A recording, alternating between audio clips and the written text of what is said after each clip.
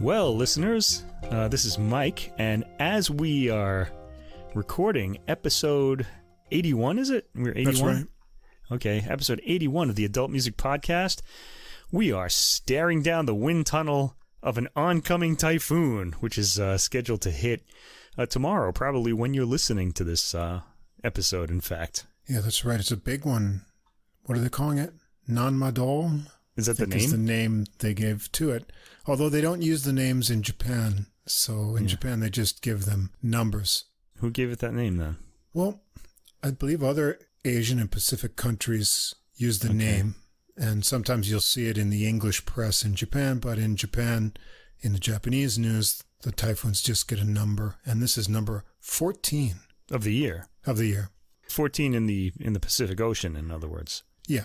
Okay, so they don't all hit us, then. But we've been lucky so far this year. We have not had any direct hits. Haven't been in the path, but looks like this time it's going to come right for us. So yeah, but it is coming up a path, like from kind of south. It's coming kind of northeast.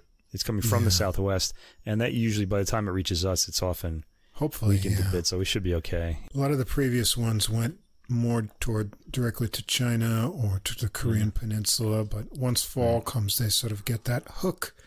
And this one is hooking our way. So hopefully the electricity will stay on and we could just hope so. Listen to music. Listen to music in the wind and rain. And I'm your other co-host, Russ, over here. And as Mike mentioned, this is Mike. Episode 81 of Adult Music, the podcast with music for the mature mind. Yeah, we're getting there. We'll have mature minds soon. I think we're going to have to play the necrology theme again this week. Okay, so here it is. Go ahead. Here it goes.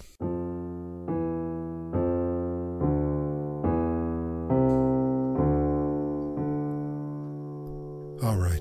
Because there's been a death again. Another death we should mention. A musical death, yeah. Not as tragic as previous weeks, but a little sad nonetheless. Mr. Ramsey Lewis passed away in his sleep on September 12th at the age of 87. So he led a full life, yeah, that's a good full life. I'm pretty happy about that. And he was a man with very enjoyable grooves, so he had right. I think if you're able to produce grooves like that, you're doing okay in life, like you have a good inner life too. Yeah.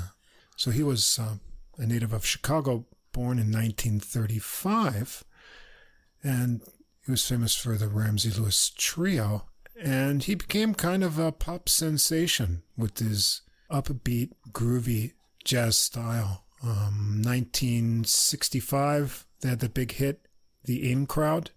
Yeah. And that actually reached number 5 on the pop charts, number 2 on the album charts. Another fun fact about that tune is the mods in England liked that tune.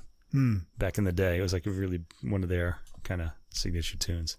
And then he had some follow-ups the following year. Hang On Sloopy, Wade in the Water, the old That's gospel one of my tune. favorites, Wade in the Water. I recommend that. And in the 70s, he switched over to electric piano for a while, although he went back to acoustic later on after that. And he had like a morning show in Chicago. I don't know if that was in the 90s. And he had a Jazz Foundation, Ramsey Lewis Foundation, promoting musical instrument education. And let's see, 2006 or thereabouts, he had a 13-episode Legends of Jazz television series that he was the host of too. A long career, and always remembered for those kind of crossover, feel-good, jazzy pop tunes too. So rest in peace, Ramsey Lewis. Yeah. You still hear those grooves occasionally in jazz today, like maybe you'll get, like I say, a swing rhythm or something like that. There's kind of like a Ramsey Lewis kind of groove that when people will apply to, musicians will apply to a song. You can always tell. Yeah. It really, he's really identified with it. A unique feel to it, yeah. Yeah, and so it's really happy. So check out his music check out Ramsey Lewis.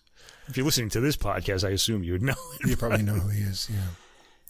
Anyway, this evening we're going to do a guitar-centered episode. We haven't done a lot of guitar music all at once in a while, so got some really good stuff to check out here. Yeah, in classical, we've got too much stuff. We're going to have to do another episode soon after this one. Yeah. I think we're going to call this one Summer Strummin'. Yeah, because it's our last strum of the summer, I guess. Yeah. But we were saying we've got so much guitar music. We're going to have another one coming up in the fall. So stay tuned for more guitar music.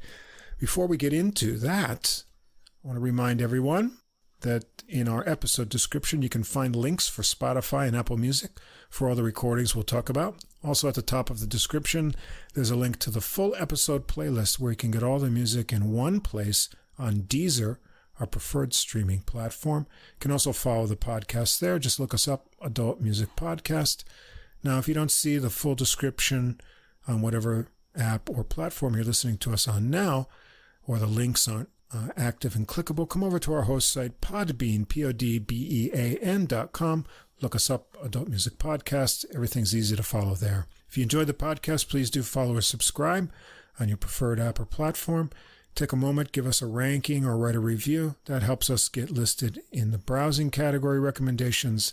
We get more listeners that way, and that always makes us happy. You can also follow us on our Facebook page. You can get extra info during the week. I put up a ton of releases this week because it was a huge jazz week. There's a lot there. Yeah. I rather stupidly put up like the Ramsey Lewis stuff on my personal Facebook page. Oh, yeah, you could have put that on our page. I got to remember to put that stuff up on the adult music one. But Russ has been keeping the jazz going there. There's good classical stuff coming up, and I should put some of it up. So there's even in the future.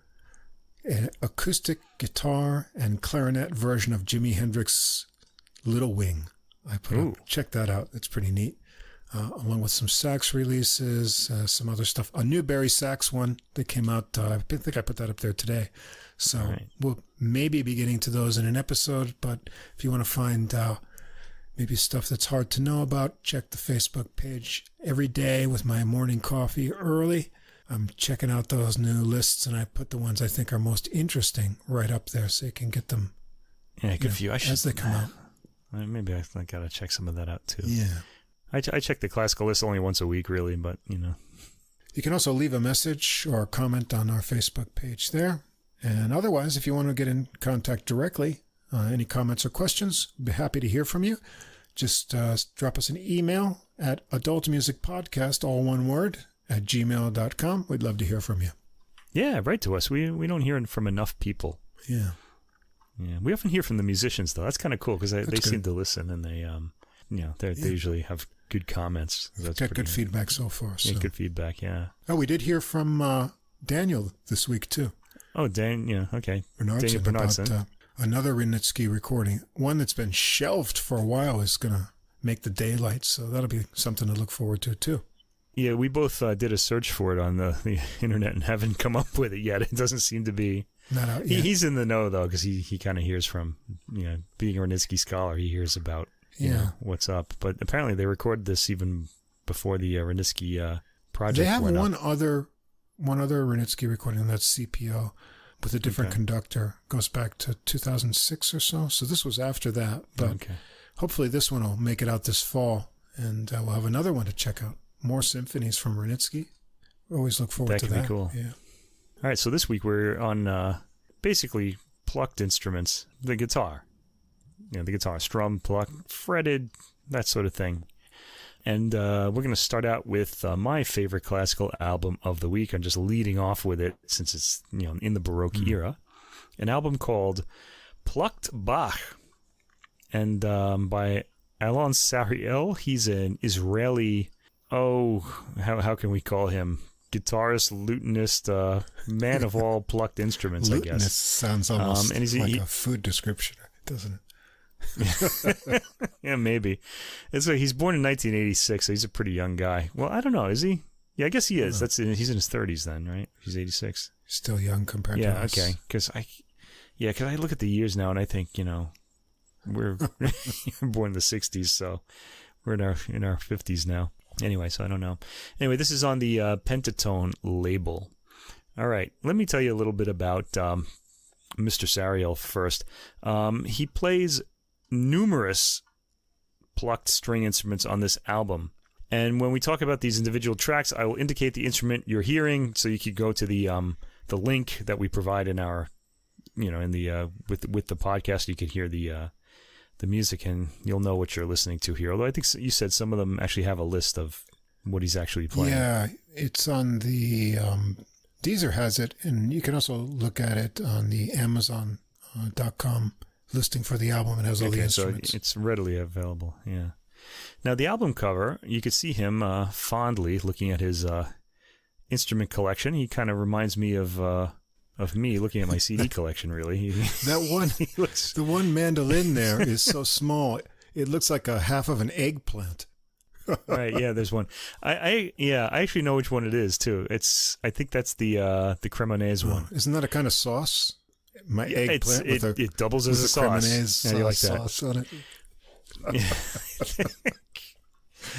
Cremonese, Cremona, of course, is where Stradivarius lived, so he made those violins there too. All right, so on the album cover you see 5 instruments, but there are 6 instruments played on the album. On the album cover, the oud is missing, and it only gets 1 track on the album anyway. But you can, if you buy the CD and the booklet, you can see all 6 instruments, and they're kind of laid out so that you can kind of see what they look like. And some of them are tiny, and then there's one that's really gigantic that you can actually use as a suit of armor if attacked, I think, because it'll cover your whole body. Or used for archery anyway. All right, that would be the Liuto Attiorbato. So you can check that out on Wikipedia. Just type these in. Okay, there are 6 instruments. Okay, the 6 instruments are, I'll just tell you what they are. The Baroque guitar, which is like a modern guitar, except it's a lot slimmer and shallower, and it kind of makes the lighter sound with little sustain. There's the arch lute, which is gigantic with a very long neck and lots of, I guess, droning strings. The Cremonese mandolin, which Russ talked about, it's really small. The Neapolitan mandolin, which is also very small. Actually, no, it's actually not so bad. There's the oud and the liuto attiorbato, which is gigantic. All right, so anyway, let's go on. This is a recording of the Bach cello suites, some of them, arranged for the guitar. Now we've heard another album. We already did like a recording of cello suites of the Bach cello suites on guitar on this podcast, and the name of the guitarist, he plays the guitar on all of them, and I don't remember who it is now. Well, no, it wasn't a guitar; it was a lute. But he plays the same instrument throughout. Here we're going to get a variety of sounds, which kind of made this album for me really, really interesting. I really enjoyed it a lot. Also, if you're familiar with the Bach cello suites, they sound a lot different on a guitar-type instrument than they do on the cello. They have an completely different character, and I always find that really intriguing too. Usually the harmony is a little more filled out. The sustain, you can pluck you can play the chords like together without rolling them, as the cello will often do. And also they're plucked here, so there's a bit of an attack, whereas on the cello they're bowed. Okay, so you're hearing mostly a legato line. You're going to get a lot more variety here. Anyway, the first track is a little introduction, Cello Suite Number 5, Prelude, and this is the only movement from that suite that we have here. And on this one he plays the Cremonese mandolin. This is the only track that we hear this instrument on. In a way, it's too bad, because this instrument has a very intimate and personal utterance type of style. There's like a light sweetness to the tone and very little sustain. You hear the note and it's gone. Delicate. Sariel shapes these phrases beautifully, so they feel like some secret being told. It's almost like this thing it's kind of quiet. It's like it feels intimate, like someone's whispering into your ear when this instrument's played. And I really loved this track and the whole sound of it. The lack of sustain leaves a lot of space, but that space is pregnant with the ideas rendered by the previous phrases. Really beautiful and touching start to the album. You couldn't do better than sample this track, but then you'd miss all the rest. Listen to the whole thing. The recording is close enough that the attack on the strings by the plucking hand can be clearly heard, yet far enough that a sense of the space can be heard by the slight reverb on the higher notes. Of course, the character of the piece is completely transformed from its cello version, as we said. I don't think a cello can achieve this kind of soft intimacy, because cello tends to be really throaty sound. You know, it's got a lot of harmonics going on when it's played.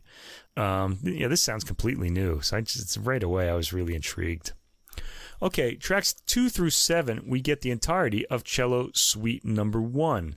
I should mention, on this album, we're going to hear Cello Suite Number 1 and Cello Suite Number 2 in their entirety. And Sariel, in his booklet note, says that he was going for like a lightness and darkness sort of feel. So the cello suite number 1 would be the light one.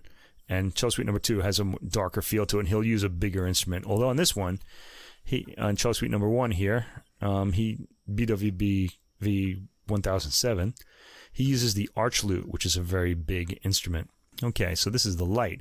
Now, the opening prelude is very, very famous. Everyone's heard it. It's the one with all the arpeggiated figures on it. It registers well in the arch lute, which is deeper and has more sustain than the Cremonese mandolin we heard earlier. Sariel is a sensitive player, plucking the instrument gently and producing a full, rounded, though quiet tone. He uses a lot of rubato in this piece, giving it a more intimate character than we're used to, which I like. I like the personalness he plays with really throughout this album. It feels very intimate, this entire album. The second movement, Allemands, which these are all the names of Baroque era dances now from here on. The cleanness of attack makes this Allemands stand out, with the bass notes and melody notes being played simultaneously, and they're completely distinguishable too. There's a lot of rubato used here too, and I think this is a good strategy, given the quick decay of the instrument. He leaves a lot of silence, and I really like that too. And he phrases sensitively. The sound is gentle and soothing. The third movement, Courant, has a gorgeous, sunny feel. Again, the light touch, lots of gentle plucking, producing tones that caress the ear and the soul. Anyway. How's that for pretension? Anyway. Fourth movement, Sarabande. This is always a slow dance, and always, for me, the highlight of these suites. And I like the fullness of the chords that begin this arrangement. He plays them as block chords together. The notes are plucked a bit harder here and allowed to ring more than we've heard so far. I think he wants it's a slower piece. I think he wants a little more sustain. Still comes across beautifully and sensitively. Minuets 1 and 2, fifth movement. This is a dancey minuet. It doesn't come across with as much bounce on the cello when you hear it there, so you get the real kind of sort of bounce to the dance element on this in this performance. The percussive quality of the guitar, plucking, and lightness of tone give this an appealing bounce, as I said. And the sixth movement, Gigue, has kind of a light, happy-go-lucky feel to it. It bounces along also, and I really enjoyed the way Sariel incorporates the qualities of his instrument into the interpretation of these works, particularly the way he used the plucking as a kind of rhythm underlining light percussive effect. And also he brings out the dance elements in the more dancey sort of movements. And I always appreciate that. I really think, I have this, that if you're learning an instrument, if you're at the conservatory, and you're playing, say, Baroque music, you should be required to take a Baroque dance class, just so you know what it feels like to do those dances when you're going to play them. Obviously, you wouldn't really dance to these, but even so, you want to get the right feel to the rhythm, you know. And a lot of people are just reading off the score, and it doesn't really help very much. I'm a big proponent of that. If I open my music school one day, there will be dancing classes. Anyway, track 8. This is a movement from Cello Suite number 6, BWV 1012. This is movement 5, Gavottes 1 and 2, and this is played on the Baroque guitar, which is the most guitar-sounding instrument on this album. It produces a shallower tone than the arch lute we just heard, and Sariel is practically strumming the chords in this work as he simultaneously plays the melodies. The second gavotte in the second minute is smoother and lower in profile than the first and has a relaxing quality in this interpretation on Baroque guitar. This is almost unidentifiable from the version that you hear when the cello plays it. So give it a listen. It's kind of nice. It's all the same, of course, harmonically, but the timbre just completely, and the whole approach completely changes it. That's one of the things people often say to me, like, why do you have so many albums by Bach? Well, they're not all the same. It's like hearing a completely new piece of music every time, because there are so many ways to approach them. So I'm always interested in that. Okay, we get to Cello Suite number 2 with tracks 9 through 15. This is the darker of the two suites, BWV 1008, and this is played on the Liuto Attiorbato, which is a gigantic instrument. I remember once seeing a video of Rostropovich, the great Russian cellist, saying that he sometimes plays this suite on his own and dedicates it to all in the world who are sad, because it's kind of a dark, sad work, you know. And we get a little bit of that heaviness here. And the choice of instrument helps as well, because it's the biggest instrument. The first prelude, the first movement is a prelude. The liuto a turbato is like the archlute, a gigantic, unwieldy instrument. It's got a longer sustain and deeper tone than even the archlute had. And it's got a more kind of metallic sound. I have no idea what it's a wood instrument. I don't know about the strings. I imagine they're gut or whatever would be used at the time. But it's got more of the sound is more metallic, let's say. I'm not saying it's actual metal, but so it's a little different in tone than the archlute. The attack Sariel uses is a bit stronger here, making this movement a bit dramatic. He accentuates some of the harsh passing chords too, I guess, to get that darkness in there. And those feel good too, those harsh passing chords right before the release on the more tonal, chord that you arrive on. Second movement, Allemande. The darker sound of the liuto a turbato helps the mood of these minor key pieces really well, I have to say. Sariel makes the brief dotted rhythm passages in this movement dance in a way I haven't heard before. We don't get this from the cello, again, because it's more legato there. The notes are more connected. Third movement, courante. The articulation isn't quite as clear as on the liuto a turbato with its stronger sustain in this quick piece, but all the voices are well outlined, so no problem there. Fourth movement, sarabande. This is a slow dance. We're hearing more of the gentleness Sariel is so good at here, but the instrument itself puts out a bigger sound than the others used so far. I especially like the twang the bass note gets at the 52-second mark. The piece is played with all the tenderness this instrument allows, not as much as the smaller instruments with less sustain, but still Sariel's soul comes through. Fifth movement, minuets 1 and 2. This has a nice dancing quality to it, and I appreciate the fact that Sariel will draw out the dancing rhythms of these works, as I said, reminding us that they are indeed rhythmically based on dances. Melody is kept in the foreground exceptionally well. These are really wonderful performances in every way. The sixth movement, gigue, is rather slow, played at a similar tempo to the previous minuet. Still, the dancing quality of the rhythm is well articulated. Sariel's low-key playing does a lot to accent... Low-key, maybe I mean low-string. Playing does a lot to accent the darker harmony. Oh, his low-key playing. He's just low-key. He's playing quietly. It does a lot to accent the darker harmony of what is usually a joyful dance, which is no easy trick, okay? This is gigue is usually a pretty happy dance. All right, now... After the gigue, which ends the suite, we hear the sarabande again, the same one, but this time it's played on the oud, which is an Arab instrument. This instrument has a deeper tone and very little sustain. It sounds like it's recorded very closely, and Sariel is using a lot of finger strength to project the tone. He gives this lovely phrasing and an interesting sound to apply to this work. There's a kind of muted quality to the instrument throughout. A little bit of pitch wavering that's inherent in that oud gives it that little character. And then last, we get an original work by Sariel himself called Mandolin Partita. This was composed during the pandemic lockdown of 2020. I think a lot of things happened during the pandemic lockdown. For example, the Adult Music Podcast. Well, not because during a lockdown, but during the pandemic anyway. This work is an homage to Bach's cello suites. All of these movements are very short. And this is played on the Neapolitan mandolin. The Neapolitan mandolin has a very thin tone and fairly long sustain for the size of its tone. Though there seems to be a bass tone that's sustaining as a pedal point throughout the first minute. Like the oud in the previous track, it sounds like it's recorded very closely. The attack registers strongly through the speakers. This work is reminiscent of the famous prelude in the first cello suite in its figuration, so it's got a lot of sort of arpeggiated chords.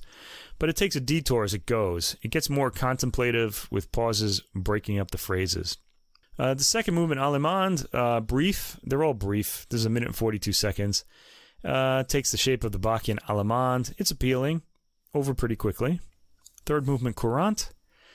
Sounds harmonically rather modern. Its phrases aren't quite symmetrically shaped as in a Bach work, and it draws the ear with its slight oddness. It's fairly quick and also clocks in at under 2 minutes. Articulation is strong from Sariel in this. The spaciousness of the room forms a bit of a halo around the sound of the instrument in this strongly plucked piece. Fourth movement, Sarabande. This movement also draws some strong plucking from Sariel. He's using that sustaining bass note again as well. He draws some plaintive sounds out of the instrument in the higher range, and we don't get much time to absorb the melancholy Sarabande atmosphere, as this is unusually also very short. Sarabandes tend to last longer because they're slow, so it takes time to get to the end. The fifth movement, Minuets 1 and 2, a charming rhythm and melody start this out, well articulated by Sariel. The second minuet is very brief, over before you know it, and it ends with a gigue. Very thin tone on this one, almost nasal, if you can say that about a plucked string instrument, and also very brief. It's appealing, and it's well-shaped, and we get some harmonic coloring at the very end. And that's the end of the album. And I thought it was beautiful. I just really, from the first notes I heard, I was really captivated by this. The use of different instruments in each work keeps interest up with the changing sounds, although such thoughtful performances of Bach's music on any single instrument would do the same if played with this much sensitivity. I could have listened to this entire album on any one of the instruments that Sariel played, really because of the beauty of his playing.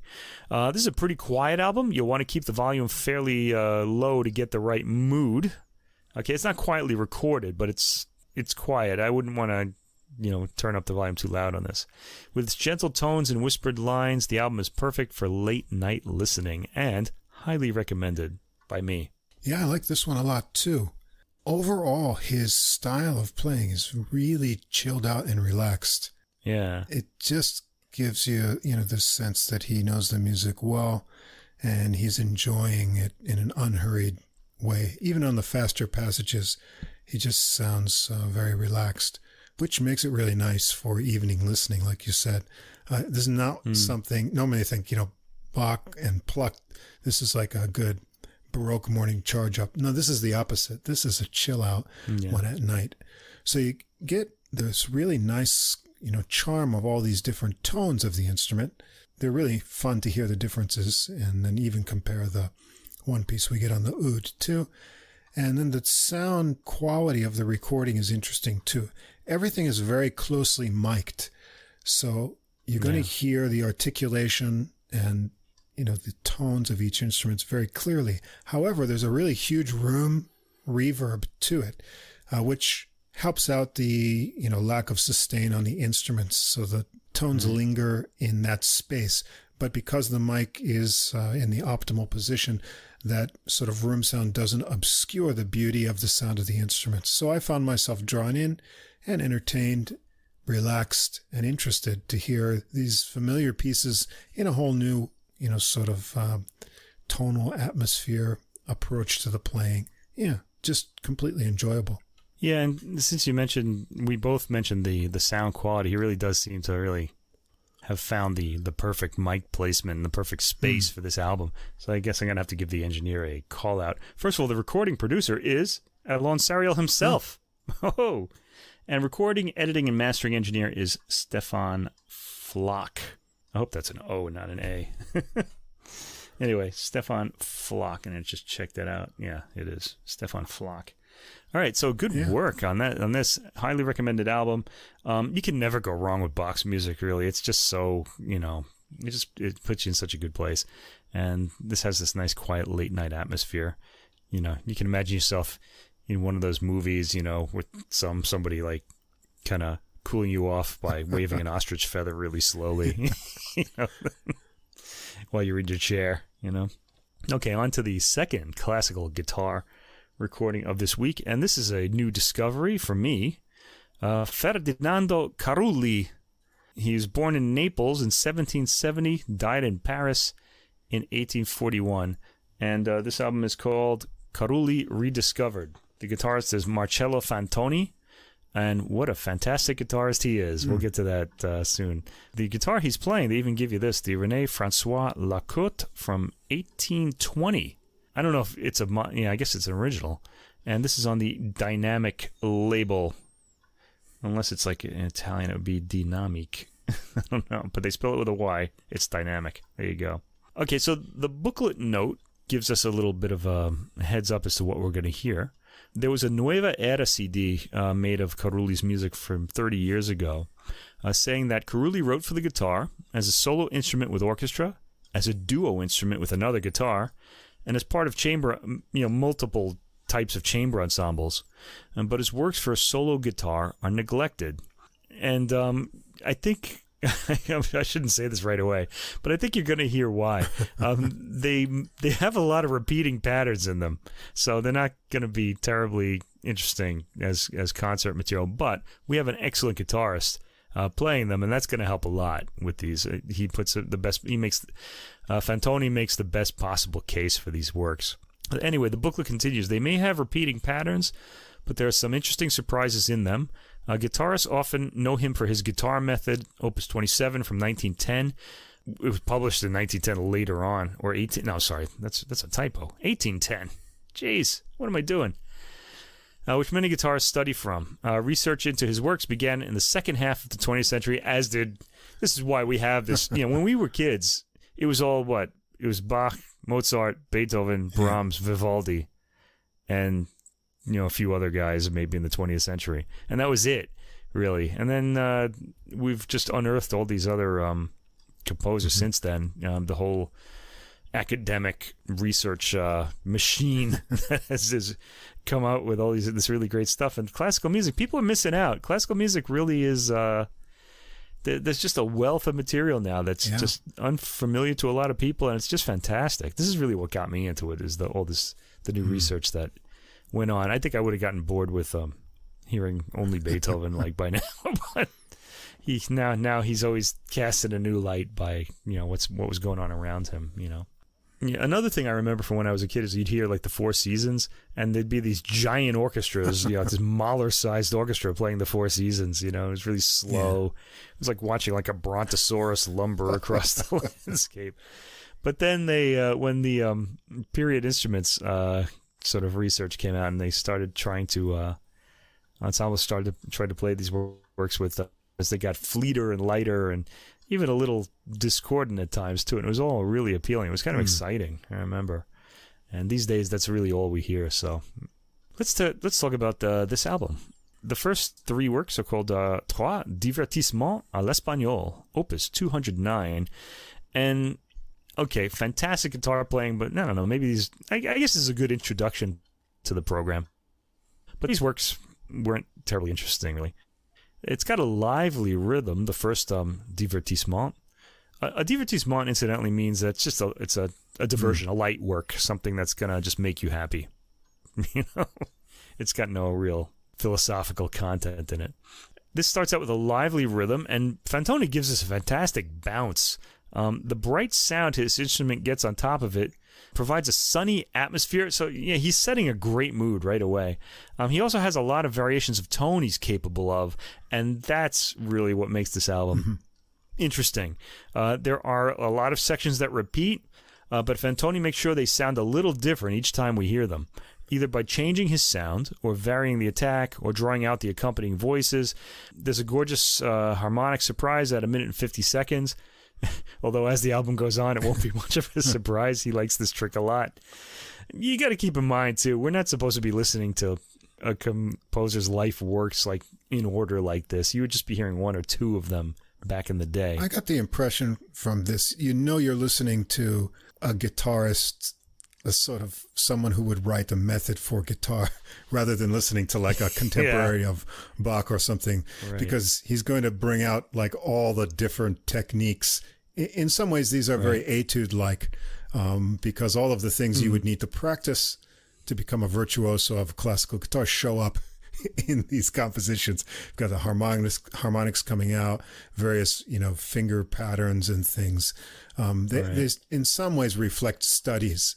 And that's not a bad thing, but actually, I'll say more about that at the end. But that's the kind of nature. This is guitarists' guitar music. You can tell that right from the beginning. Right. He's got some nice muted playing, also at 2 minutes and 49 seconds in that first track. Give that a listen. Fantoni, the guitarist, gives a piece without much variety, a lot of it via his approach. If this was just some like some kid practicing the guitar, he was playing this, it would drive you nuts. But Fantoni gives us a lot of variety via his approach, and he gets a nice clean tone throughout as well. I like his playing a lot, and I'm very interested in him already. And as the album goes on, I'll remain interested, I should say. Okay, Divertissement number 2 is Mort Grazioso. The light touch used at the beginning of this work is really lovely, so you should hear that. The line and staccato note length so well defined, and I'm also listening to the faint but clearly audible bass notes under the melodic material. Fantoni has a fantastic touch. As for the music, the repetition of sections really imprints itself on the ear. There's an interesting change of pace at 2 minutes and 20 seconds where Fantoni changes his sound to something more trebly, followed by some filigree fingerwork. We get more harmonics at 3 minutes and 19 seconds. Nice rushing figuration to the last chord. The third Divertissement has a dance-like figure, and Fantoni underlining the new sections with a change of tone, first thin, then full, then quiet, then loud, and it goes on. There's some impressive picking in sections of this work. It requires more right-hand picking. I should say there's a lot of strumming in all three of these works, by the way, which is unusual for a classical guitar work, where a strummed chord is usually used as a passing effect. We get on to tracks 4 and 5, which is called La Clochette, or the Little Bell, Fantaisie pour la guitare sur un thème de Paganini, Opus 325. Opus 325, man. Some people wrote a lot. If you're a fan of Paganini, or of the piano, Franz Liszt's famous piano work La Campanella, which is based on the same Paganini theme that Carulli is using here, you'll recognize this very famous tune. It uses the final rondo of Paganini's Violin Concerto No. 2, known as Rondo della Campanella. And campanella in Italian is clochette in French, as a theme. Okay, the introduction is meditative. There's an introduction, track 4. It's kind of acting like it's arriving at an idea, and that idea is track 5, the Moderato, the famous campanella theme that violinists will recognize from Paganini's Second Violin Concerto, and pianists will know from Liszt's La Campanella. It sounds great on the guitar, I have to say, and Fantoni, unsurprisingly, shapes the melody beautifully and brings a lot of energy to it and its accompanying figures. There's a lot more material in this movement than in the Liszt or Paganini's version, though the famous theme keeps coming back. Kind of like it's like a bunch of rondos, really. No worries. It's so appealing that you want to hear it. So, enjoyable. This is really nice. Tracks 6 through 11 are Airs nationaux de tous les peuples d'Europe. National anthems, I guess you could say. Or songs, not anthems. National songs of all the people of Europe. And really, you only get 5 of them. Opus 73. Which is just as well, really. Okay, so the first one is called Vive Henri IV. Air Française. This is pretty interesting. The theme was the French national anthem up until the French Revolution, and then it became the Marseillaise. And then Louis XVIII restored this one as the national anthem in 1815. So there you go. Anyway, the Marseillaise is once again the national anthem, not this. And we get a set of variations on the theme following its first statement, followed by brief pauses. The variations progress with the figuration getting faster in each succeeding variation until the last one, heard in eighth notes. Carulli is good in the variation idiom, as he needs to keep the variation ideas coming, which he does. Second movement is a fandango, danse espagnole, similar to the fandango used by Boccherini in his quintet G448. This is a short piece, and it's got that circling fandango bass line with varied circling material on top. It's a good-sounding piece. Fantoni captures the idiom well in his playing. This feels like it heats up as it goes, but it's over before you know it. 2 minutes and 18 seconds. Fandangos have that quality. They kind of like feel like, there's something about to erupt. It's getting hotter and hotter, reaching a boiling point as they go on. The third movement, Air Anglais, Andante. We've heard a lot of this week. This is based on God Save the King, which we hear a somber version of right away as the theme. This is a pretty long set of variations at 6 minutes and 53 seconds. And I'm not going to go through all the variations, but let's just say it's on that. The fourth movement, or the fourth piece, Tarantella, Dance Napolitan, Neapolitan dance. The rhythm of this tarantella is well articulated. It's not played at the breakneck speed we usually get for this dance, but still requires some athletic finger work from the guitarist, who of course delivers. Track 5 is a chanson russe, a Russian song, and it's pretty well known to fans of Beethoven. It's called Ride Cossack. It was used by Beethoven, Hummel, and Weber. I think it was used by Beethoven in one of his string quartets, I think. I don't know. But it's very popular. It was very popular at the time. It's got a mournful sound to it, and it's got, I counted 6 variations, but it says it's got only 5. And they're varied. Okay, track 6 kind of intrigued me. La Tyrolienne, which is a theme and variations. This is a Tyrolean yodeler, which in English is a yodeling song. Okay? It sounds simple in its theme statement, and I can recognize a yodeling theme there. You could kind of imagine people doing that with this, but you don't hear a yodeling attempt by the guitar. Don't worry. Okay, there's no impression of the yodel, and then we get variations on that. Okay, tracks 12 through 23 is another theme and variations.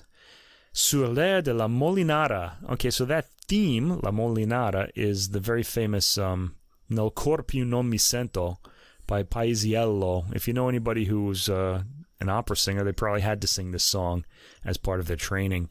It's very famous. And it's also usually very badly sung because it's often used as a teaching tool. One of the things they say about these aria antica, these Italian arias, is that they're used in teaching because they expose all the flaws of the voice, and then once you know what that flaw is, you can kind of work on it. But usually when you hear it, you're hearing somebody practicing it. That's the problem. You need more professional singers singing these songs. The opening of this is played as block chords in a slow Siciliano rhythm.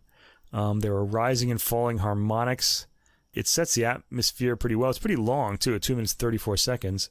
It's got a very old Southern Italian feel. And then we get a second, can't call it a movement, really. Let's say track 13 is an allegretto, the same theme, a lot faster. Very pretty. Fantoni uses a light touch, plays his lines with fleetness. There's a settling into the key, and then finally, the third track of this piece, we finally hear the theme, Nel cor più non mi sento, which is very recognizable for those who know the song. It's highly embellished, but can be made out. There are lots of trills and arabesques placed into the melodic line. And then we go through 1, 2, 3, 4, 6 variations, and then after that 6th variation, we get an allegretto, a very pretty theme. It features some rapid figuration in between the melodies. No resolve. It goes right into the plus vite, which is another variation on Nel cor più non mi sento. The melody is discernible and played fairly straight.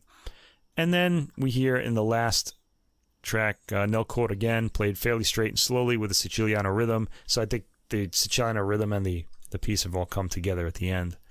It ends on the tonic. I liked variation 4 on this one. It's got those little slides. It almost has like a Hawaiian appeal to it. You know? Yeah, that's right. It's pretty cool. Yeah, I didn't want to take up a lot of time going through the variations, but I did say about this, it sounds a bit goofy as it slides from dissonances into its resolution. It really does stand out, yeah. And it's played very slowly, too, so the very slow tempo makes it stand out as well. So check that out. That is track, what track is this? 14, 15, 16, 17, 18. Track 18. Okay, that's one worth hearing. Next, La Folie. La Folle. I don't know that this is the same thing as the Folie. I think it might be. But it's arranged for a fantasy for guitar here. Opus 363. This starts out a lot of block chords. After a minute, a melody is played, very tuneful, with some filigree work in the next phrase. Then we get a moderato in the track 25, which is the theme. This sounds like a dance with short 4-bar phrases. Nothing tricky for the ear, or repeating anchoring bass notes under the melody. All right, there are 2 variations, and they're pretty standard. You get like a slight lift in the first one, and then 8th note figures in the second one. Track 28 is a minor key variation, and then track 29 is we're back to the rhythmic lift of the theme's first variation. Fantoni finds the grace called for in the tempo instructions at the beginning of the score. This is played in a light and appealing way. And then we end the album with tracks 30 to 32, Trois Valses pour la guitare, three waltzes. These are all light pieces, and as with the three divertissements, they kind of mirror those three as being three pretty basic pieces. They're pretty straightforward waltzes with middle sections. They all sort of proceed like rondos, and there's nothing really fancy about them. They're really nice. Okay, so what did I think about this? Well, I just want to tell you, the star in this recording is the guitarist, Marcello Fantoni, not the composer. The composer, the compositions are fine. They just don't really stand out as anything really special, but they're good.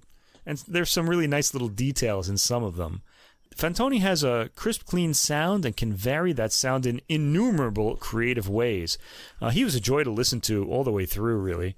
In the end, this album is a way to get to know a forgotten composer, and this guitarist makes the best possible case for his solo guitar music. Otherwise, the music itself is rather repetitive and won't maintain interest over a long period of listening. I would suggest breaking this up if you're going to listen to it. In the wrong hands, it would be Borissimo. But we have a great guitarist making it great. Okay, because I've heard people like that play the guitar and they're just strumming their chords, and I'm like, do something different, okay? And I can just imagine those people playing this, and it would just be really not interesting for me. Anyway, I could see these works being programmed as part of a guitar concert with other works for variety, but by themselves, they get rather predictable rather quickly. There are nice little surprises in some of them, though, as Russ mentioned on that fourth variation. And also, I enjoyed some of the Campanella one a lot, because I like that theme a lot. And the La Folle is a really good one, too. I wouldn't mind hearing a lot more of Fantoni, though, on the guitar. He was really fantastic. Yeah, I enjoyed his performances. Like I say, he brings out the subtleties and maybe adds extra interpretative little niceties on repeats and things that in lesser hands would not be so exciting. So he made them all very pleasant and fun to listen to. There are enjoyable melodies here, and because they're written by a guitarist, composer, especially. What's really nice is the voicings and the bass lines all work really well on the guitar, and the harmonic movement is good. And they give a nice overview, like you say, all in one place, of Carulli's concept and probably method for guitar. Explores a wide range of techniques and kind of different expressive possibilities that are highlighted by Fantoni's performances.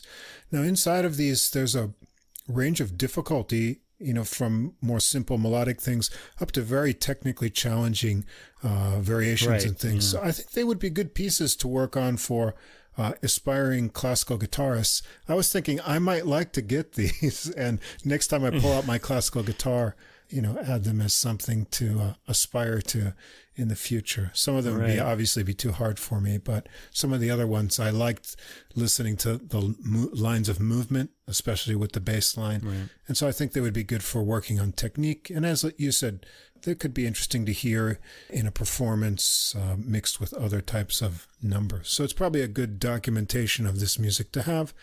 And Fantoni, I think so too, probably brings out the best highlights of each piece in his performance. Yeah, and I'd say this would be a good listen for guitarists or aspiring guitarists, because these are well played pieces, and it's music that they might want to, like you said, they might want to get the scores of and try to work through them. There are challenges. I didn't really focus too much on the technical challenges. He just made everything sound so easy, but there are a lot of nice like kind of accompanimental things going on. My third album is technically not a guitar album, it's a violin album, but features guitar accompaniment. This is Shining Night, and the violinist is Akiko Meyers. She's pretty famous. She's an American violinist born in California. Her accompanists here are mostly the guitarist Jason Vieaux on the guitar, and we hear Fabio Bidini on piano occasionally too. Okay, now, one of the things that, if you've heard Akiko Meyers, she's a pretty famous concert violinist, one of the top names. She has a really beautiful tone. It's gigantic. It's really well formed, well rounded, and things like that. And she also plays a fantastic violin. She has the ex Vieux Guarneri Gesù violin dated from 1751, which many consider to be the finest sounding violin in the world. Well, unless you're a Stradivarius fan, I guess, but, there you go. It could very well be true, as this is one of the most vivid sounding violin recordings I've ever heard, really. Meyers herself has a strong, big sound that projects well into the hall and the room on this recording. So this is a woman who was really born to play concert violin, in a big concert hall. Just for her name, Anne Akiko Meyers, she has a Jewish dad and a Japanese mom, and she's American. Like the Adult Music Podcast, this album starts with the earliest music composed and moves through the years to the present day. So she's modeled this album on us. Yeah, right. Yeah, right. Or maybe it's us that modeled it on her. I'm not really sure. Okay, the booklet, by the way, is very colorful, and this is obviously aiming at a commercial audience. So she's big name violinists like this they will tend to kind of aim for that audience. And yeah, I felt like this is sort of a little more, looking at the things she's recorded in the past. This is heavy on the melody to sort of draw in people to the sweetness of that tone. Yeah, this is a violinist who's all about the tone, really, and I'll have something to say about that later in the program. But let's just start with at the beginning. This is Arcangelo Carulli, a Baroque era composer, and arrangement by Andy Poxon. He's a guitarist, and he's going to be arranging a lot of these for the guitar. This is his La Folia, those famous set of chords. This has a guitar accompaniment on it by Jason Vieaux. Andy Poxon is a guitarist who was hired to do the arrangements on this album, and the guitar accompaniment on this is very spare, just providing the chord progression. Meyers, as we said, has a big tone and a very wide vibrato that really makes the violinist's presence felt. She can manipulate her tone as well. She quiets for the repeat of the theme, as does the guitar. And this is a set of variations afterwards. And I went through them all. There are like 11 of them, or 12, 13, 14, 15 variations. I counted. The sound quality is up front. Both instruments are heard well. Spotlight is definitely on Meyers. She's got such a big sound that she's also spotlighted in the recording. So the guitar sort of fades into the back a lot. I mean, you could hear it, but it's not an equal partner on this album. And that's not good, because some of these pieces, it needs to be the equal partner, Anyway, we'll get to that. Second track, Johann Sebastian Bach. This is arranged by Arthur Campbell and adapted by Andy Poxon. The air on the G string, which is from his overtures, the third overture by Bach. Arthur Campbell was a clarinetist, the guy who did the original arrangement. The violin gets the melody, of course, but the guitar's accompaniment in this particular work has a lot of interest too. This is a very legato melody, and Meyers produces a heavy vibrato in her singing tone, which, by the way, according to modern Baroque kind of standards, wouldn't be kind of considered proper to the period. But she's really going for something modern here. For the repeat, she treats the quiet emerging first note and goes for something a little more tranquil, but still highly song-like. This is beautifully played. I also appreciated the guitar arrangement on this, discreet as it is. It adds a lot of sensitivity to the performance. Third track, Paganini, Cantabile. Paganini wrote a lot of works for violin and guitar accompaniment. And of course, the violin is in the spotlight. The guitar is strictly accompaniment in this piece. And this has a very pretty, tuneful melody. None of the pyrotechnics we would expect from Paganini. Meyers goes for a very big sound in this work, especially in the middle section when she hits her highest notes. She has a sound that projects beautiful harmonics at around 2 minutes and 30 seconds. The piece is pretty much over at 3 minutes, musically speaking, but has 30 seconds stretched out, approached to its final cadence. All right, so those are three, well, not the Cantabile, but we've heard some pretty famous works. But now we're getting into something that has a little more spice to it. And track 4 is going to be Manuel Ponce, arranged by Jascha Heifetz, adapted by Andy Poxon for this recording. Estrelita, which means little star. It's a song originally. And here we have Fabio Bidini on the piano. He gets some lightly dissonant chords for spice in his accompaniment as Meyers sings this famous melody on her violin. She goes for a romantic, expressive feel with slight retards to draw out the melody and her tone. Track 5 is Hato Villa Lobos, an aria from Bachianas Brasileiras, number 5. We get the guitarist again, Jason Vieaux, back. And there's a lyrical first part. The middle section is more emotional, with sobbing, drawn-out melodic lines on the violin. And we get a repeat of the quieter, more subtle opening material and end with a quiet high note. Track 6, Duke Ellington, arranged by Richard DeRosa, who is a composer, arranger, drummer, and college professor. This is In My Solitude, accompanied by the guitar on this track. This is a very sensitive performance of the work, coming across more as a classical composition than a jazz piece here.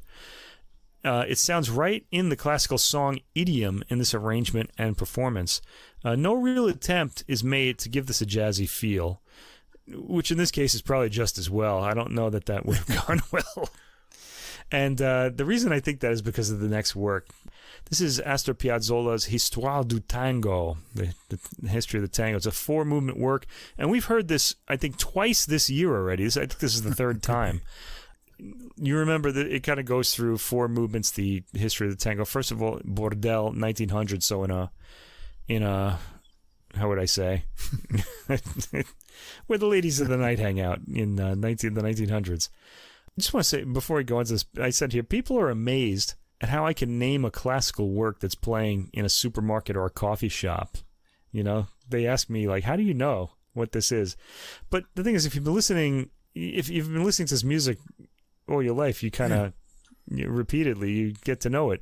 And if you've been listening to this podcast from the first episode, you yourself are as knowledgeable as we are about this piece because we've heard it a lot of times. Repetition is how you get to know, the names of pieces. Anyway, this particular arrangement features the guitar, and as a result, it comes across rhythmically lighter than other performances we've heard, and it's rather appealing this way. Meyers relishes her glissandos at the end of phrases. I don't get a heavy sense of the tango feel of this work, and that's going to be a big problem throughout these 4 movements for me. It's appealing in this form. The melodies leap out as if in high relief. Now, before I go on, in the beginning I talked about Alon Sariel and how he gave those Baroque dances that kind of dancing rhythm, and I think all, say, music schools should have like dancing classes so that you can actually move your body to these rhythms and get a feeling for what they are supposed to feel like, and then you'd be able to play them more effectively. This would have helped here, because I don't think Akiko Meyers knows how to do the tango. Maybe she does, I don't know. But anyway, because I'm not getting anything like a tango rhythm out of this, and that's really the heart and soul of this work. I mean, it's about the tango. Anyway, the second movement, Café, 1930. The guitar opens this movement with a brief solo. Meyers goes for the melody and emotion. And please, I don't want to just blame Akiko Meyers, because I feel like the guitarist isn't really giving us much of the tango rhythm here either. So, and please don't let me, single one person out. Akiko Meyers is always moving when she plays, but again, I'm missing the tango feel. And this is a long movement at 7 minutes and 28 seconds. To be honest, I lost interest midway through. The playing remains lovely, the guitar accompaniment sensitive, but there's no sense of like that spark to this. I'm not getting the right character of the piece. Meyers has also been using the same big, luscious tone from the beginning of the work, and I think this 4-movement work requires more variety in approaching it. Now, in this third movement, which is the nightclub movement, there's a bit of a tango feel at the beginning, but I feel like neither player etches the tango quality deep enough to make this work take off. It sounds great timbre-wise, though, from both instruments, and I like the guitar arrangement. I've been hearing Meyers' weeping phrase endings throughout the 4 movements, and by now I'm craving some variety of tone.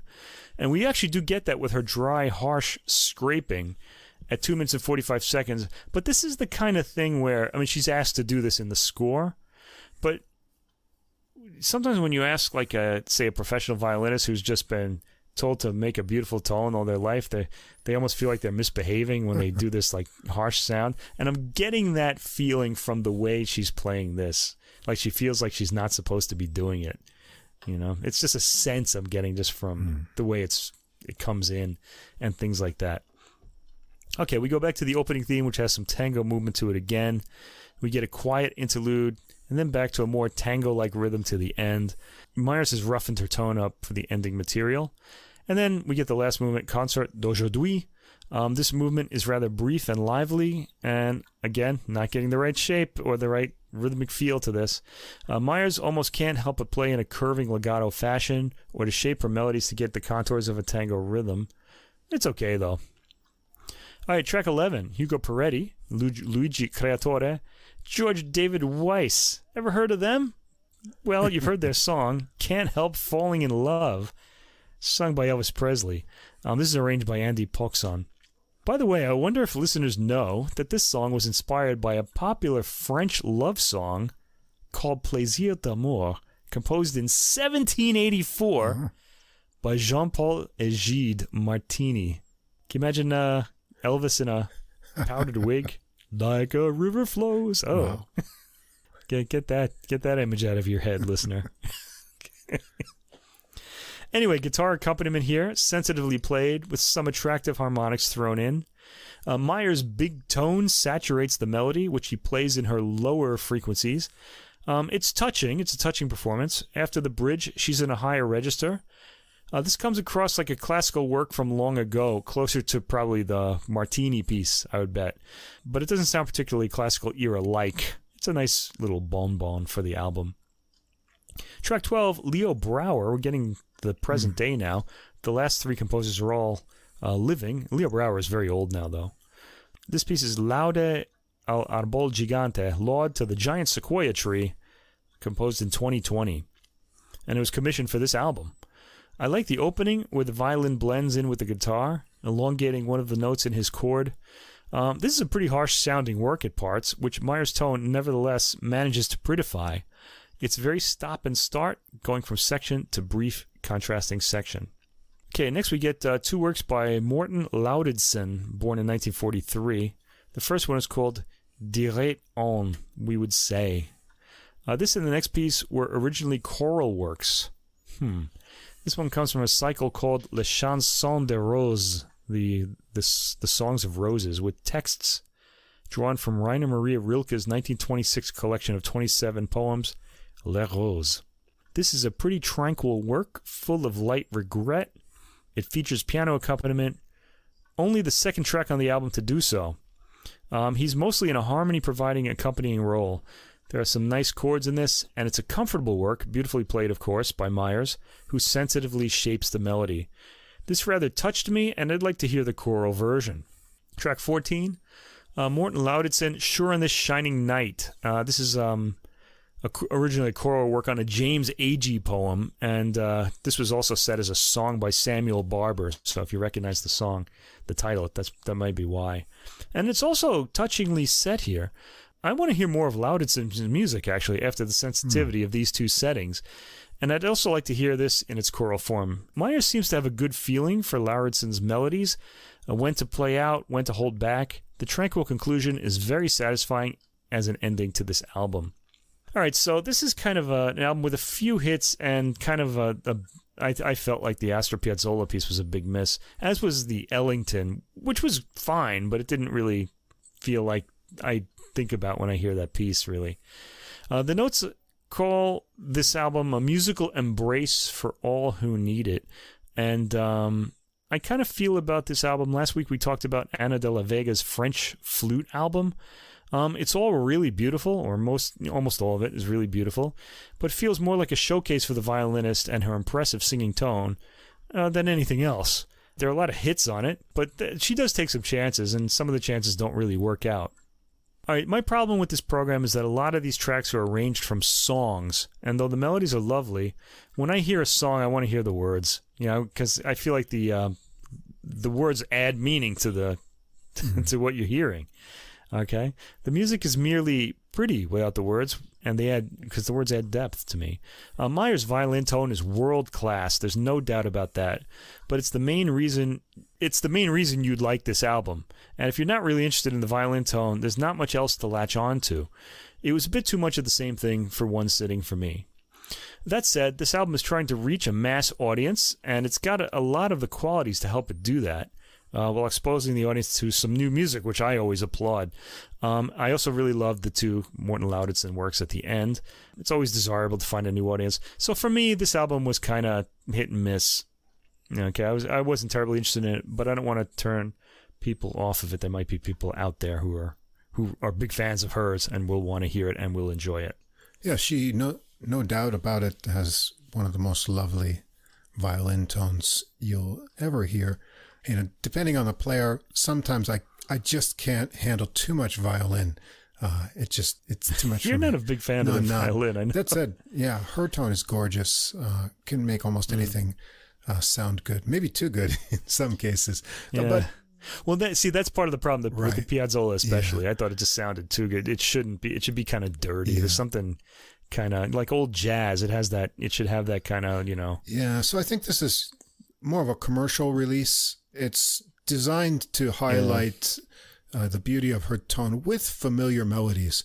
But as you say, they tend to be, at least the first part of the program, they're in song form, and so you don't get a lot of development other than the variations in the one there. So that's sort of, short form.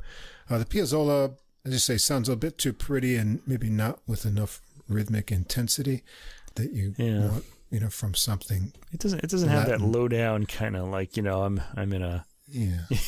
Still enjoyable, though. I'm in a dangerous place quality to it, I guess I like the last pieces the best. I like the Brouwer. It was a bit more challenging and some interesting things to listen to there. I like that combination of a little bit maybe edgy harmonically with her pretty tone. It gets to kind of a sweet spot, something a little more challenging. And the Lordson, that was kind of interesting too. Yeah, I became a little more interested in his compositions too. So what can I say? There's a lot of sweets from the dessert buffet on this one. I guess a couple more meaty things mixed in there. As you say, I think it's programmed to generate mass appeal, and it probably will. If it gets more, listeners for classical music who become enamored with her beautiful tone, that's fine too.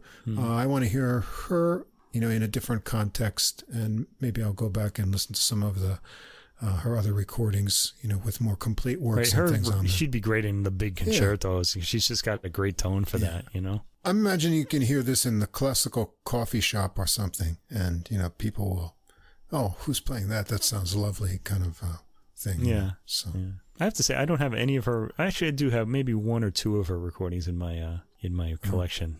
Maybe there aren't many though. If I have any, I'm not really sure. I have my favorite violinist. All right, so Morten Lauditsen. That the composer's name has to go on my list of keeping your ear out for more of his music. Definitely. All right, moving on to the jazz portion of the program. Going to be guitar focused here as well. It's all electric too. And we have, starting out, a debut recording. Someone we've never heard of before, and probably listeners haven't either, but you should, because this is an exciting debut here from Mr. Mike Clement. Yeah, this is good. His self-release, Unfinished Business. And what drew me to this was it's in one of our favorite formats. That's the guitar organ trio. And so I can never get enough of that. So Clement's a fiery up-and-coming jazz guitarist. He's originally from the west coast of Canada, and he's relocated to the birthplace of jazz, New Orleans. And so he's comes from a musical family, started playing guitar at age 11, and this is his first outing on record. He's got a bachelor's degree in jazz studies from Vancouver Island University and a master's degree in jazz from the University of New Orleans. And he's got a robust performance career in his says so in his profile here, with different bands and a lot of different styles, not only jazz but rock, pop, ska, reggae, fusion, and other things. So his trio here is himself on electric guitar, organ Joe Ashlar, and drums Shannon Powell. So let's jump into this. The first track is his original composition, Taking It Easy. We start right out with a swinging melody. It's in AABA form. The B section gets a little bit more bluesy feel with some double stops on the guitar lines. And Clement picks out the melody. Very clear articulation. Nice little trills added in there. A little touch of reverb on the sound. It's very appealing. Ashlar has good pumping bass and swelling chords on the organ. Powell adds a nice light groove with a rim click on the second beat. And Clement shows off his fluid jazz chops right away here in his solo. He has cool bluesy double stops, liquid flowing lines, but he still twangs out kind of contrasting figures with bites in his note. Ashlar swells some chords to cheer on behind his solo and follows with his own solo. Kind of starts out with a rounded sound, snaking lines on the organ. He changes up the stops a bit into some trouncing gospel-y chords, pulls it way back. Then it's kind of surprisingly for Clement to return to the melody. They hold it on an unresolved chord for some final tasty guitar and a big final organ pump to finish it off. Track 2. Well, this one's an old tune. T for 2. 1920s. Yeah. Did you know this comes from the musical No No Nanette? It's a classic. Wow. Yeoman's Caesar composition. From the Roaring 20s. They take brisk tempo on it, but I like Clement's relaxed phrasing approach of the melody. When you listen to it, notice his delayed start on the phrases, which despite the tempo gives it a little bit kind of, nonchalant kind of approach to it. He throws in some cool lines of descending intervals before the solo break, and he's off flowing, using the reverb very skillfully, timing with his phrases here. So he gives himself, a space to hear that kind of echo coming back before he moves on. His ideas bubble up. They have a lot of variety and articulation. Now, Ashlar starts his solo with zippy lines across the organ keyboard. He works in a percussive repeated note and a lot of other more speedy running lines after that. Powell keeps the drums overall light with brushes, but he mixes in some good fills and kicks. They go around the melody again, and Clement extends out into some more improvisation, building it up with riffs until a final melodic ending line with some runs and a big hit for the finish. Track 3 will go back to one of his originals, Love Again. Starts with some lush and pretty descending guitar chords for a rubato intro into the kind of bossa beat tune of this one. Clement finds lots of spots around the melody to add little extra phrases and chords over Ashlar's organ chords below. Ashlar solos first with a tone that has a very clear attack to it. He's got fun skittering lines running around there. Clement's solo is fluid, again, with a little embellishment, excursions on the way. Then later he gets some real bite on some snappy rhythmic figures. They take another run through the melody and some more organ swells to close it out. Track 4, another original from Clement of Soul Bop. This one's a fast swinging bluesy tune, fun trilly figures in the melody line. The B section has cool little breaks for Clement to fill. He continues straight into his solo, showing off speedy boppy lines and having some fun with outside harmonic ideas and a more bluesy finish to it. Ashlar has an energized solo with speedy lines and some more percussive, choppy high register figures. Powell keeps it mostly light and tight underneath everything, changing up his cymbal groove in spots. Once more around the melody and some more jamming from Clement to the fade out on this one. I know Mike doesn't like fade outs, so I do not like fade outs in jazz. Oh yeah, we already talked about if I ever find one in classical, forget about it. I think I'm just gonna walk away. Track 5 is another Clement original, Cool Grandpa. I had a cool grandpa. That's a great title. Good memories. I wonder what the inspiration for that title is. We'll have to ask him. Clement sets the groove with a solo intro, pumping organ bass and tambourine come in, and we get one of those nice kind of cruising, as I call them, R&B grooves. The melody has some catchy stop time, syncopated lines, and Clement also mixes in a more kind of Latin-y bossa nova articulation on tight chords, where you kind of you use your fingers, you pick and stop them kind of thing. Ashlar solos first, getting some nice wailing high note lines, some bluesy feel, a nice mix of fluid flowing lines and choppy figures. Then Clement is next, starting with some fluid double stops into more lickety-split lines. I said, these guys got some really good chops here on the guitar. It's interesting that they're going with just the tambourine instead of drums here. And then Clement comes up with a nice set of related licks that he builds on to finish his solo. And then next is a tambourine solo over a pumping organ bass and some choppy comping on organ and guitar. They go around the melody with Clement taking it up an octave at the end for some final doodles. I really didn't think of this as a tambourine solo. I was surprised, hearing the tambourine. He gets a little, moment there, but yeah. Interesting. I don't know why they just went with that instead of the kit. Track 6, another Clement original, the title track, Unfinished Business.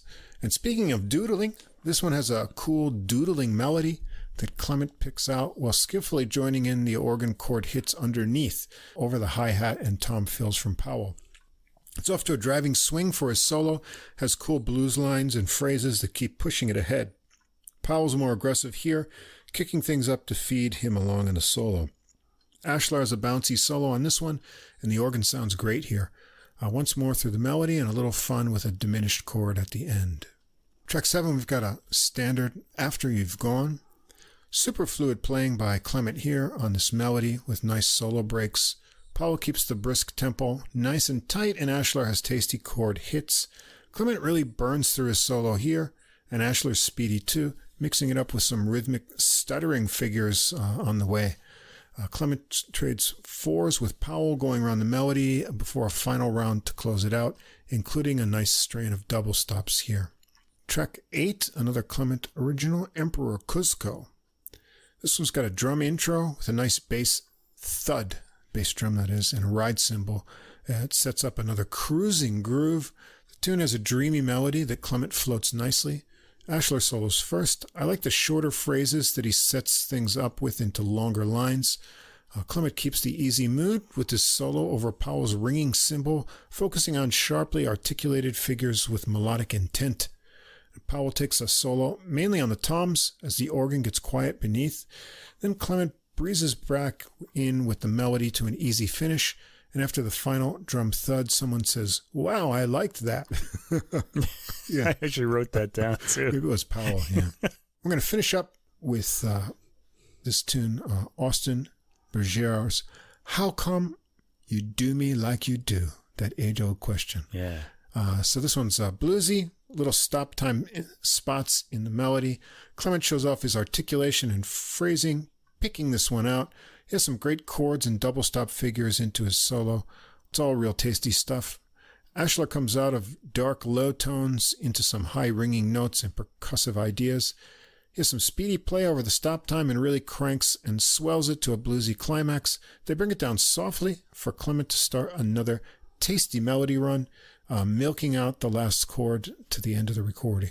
So I thought this is a really fun debut from Clement. He's got great guitar chops, fluid lines of creative solo ideas, and a lot of varied articulation in his playing that keeps his solos really interesting. I'm happy he chose organ trio as a format for his first recording. We got a nice mix of tunes. His originals have good melodies, and there's a variety of feels in the rhythm, swinging, boppy, a little bossa kind of thing, all seasoned with a healthy, serving of bluesy sauce on top. Ashlar's enthusiastic organist, and Powell keeps things tight, makes the extra hits where they count. So it's a young guitarist I'm looking forward to hearing more from in the near future. Yeah, I really enjoyed this album. It's actually a good sort of way to it's good material for a debut album. It feels good. It gives good vibes. Very straightforward, bluesy in parts, and it came across to me as like old school, it's something you'd hear in the 50s and 60s. We were just talking about, not like Ramsey Lewis, but that era and before. I kind of, the recording actually kind of put me in mind of a lot of those old recordings. So he's in a good place. By the way, you said you mentioned the fade out on number 4. Now, I've mentioned before, like on this podcast, that one of the reasons I don't like fade outs is because I feel like it's like you're leaving the room and walking away, and like now, like years and years later, you kind of imagine in your head that they're still in that room doing that. You don't know what happens later. I just want to mention, just for the record, that in my opinion, the best ever use of the fade out is in the Beach Boys song "Good Vibrations," because the song is about having I'm picking up good vibrations. It's like a good feeling song, and the fade out comes. So I just imagine that those good vibrations have continued from the time that song is recorded up until now. It's fantastic. It's an interesting idea. Yeah, and you hear that that theremin too is on the fade out too. So you just have those good vibrations from when was that? 66, 67, that song? I think so, 67. Until the present day. Yeah. Yeah, so there you go. Good Vibrations by the Beach Boys. Best ever song with a fade out. Well, speaking of good vibrations, we're going to get some more here with this.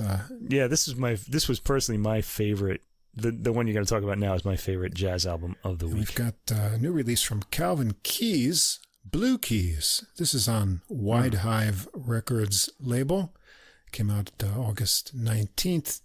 Now, Keys is a native of Omaha, Nebraska. He's now 79 years old, still sounding really good. Wow. He's got an impressive resume, recording career with big names like Ray Charles, Ahmad Jamal, John Handy, Bobby Hutcherson, Sonny Stitt, Pharoah Sanders, Joe Henderson. It's quite a list. He recorded as a leader starting back, I think the first recordings, 1971. He had a bunch of records on the Black Jazz label. This is his 16th recording as a leader and his fourth release on the Wide Hive Records label, which is owned and produced by Gregory Howe. And thanks to Gregory for sending me the complete credits for this recording and answering another question I had about it, because we've got a big cast of musicians on here, and it wasn't completely clear from what I could see online who's playing on what track, but now I know. And I'm going to know who they are because I ordered this on a CD. You got it coming already. So great. Got it coming already. Couldn't wait. So we've got, well, this is just a really interesting and fun recording in a lot of ways. Go through the list of performers. Of course, Calvin Keys on guitar. The great Gary Bartz contributing on alto sax in a really kind of mellow mood on here compared to how I usually hear him. We've got the great Steve Turre on trombone, who we're going to hear next week with his new release. We've got Henry Franklin on bass, also Scott Brown on bass, Babatunde Lay on conga, Mike Hughes on drums and percussion, tracks 2, 5, 6, and 8, Thomas McCree, drums, tracks 1, 4, 7, and 9. We've got Mike Blankenship on piano, Mike Rinta also on trombone, Doug Rowan on tenor sax, and Barry sax on one track. And producer Gregory Howe also contributes some added cymbals, organ on a track, piano, and bongos in the mix. All right. Yeah, I want to say before the tracks, I like the old school album cover on this album, too. Yeah, it is good. It's got that old kind of Blue Note vibe to it in the dark hues, black background. Caught my eye right away, too. Yeah, mine too. All right. We're going to start out with Peregrine's Dive. This one's credited to Keys, Howe, Blankenship, and Rinta. Starts out with some ringing piano chords. We get improvised alto and tenor sax, trombone, and Keys' guitar that float on this rubato opening. Bass from Scott Brown and cymbals enter. Gradually, a Latin-y funk kind of groove forms. There's nice tight drumming here from McCree as we get some rhythmic and echoey sax from Gary Bartz. I think you can hear the extra cymbals in this track around this point from Howe also. Next, we get a trombone solo from Rinta. There's a little tenor sax from Doug Rowan, and then Keys is up for a guitar solo. Very cool articulation on rising riffs. He gets into some repeated notes, keeping up the intensity. The horns return on some arranged lines with sax and trombone also jamming in, and then playing hits over a drum solo from McCree.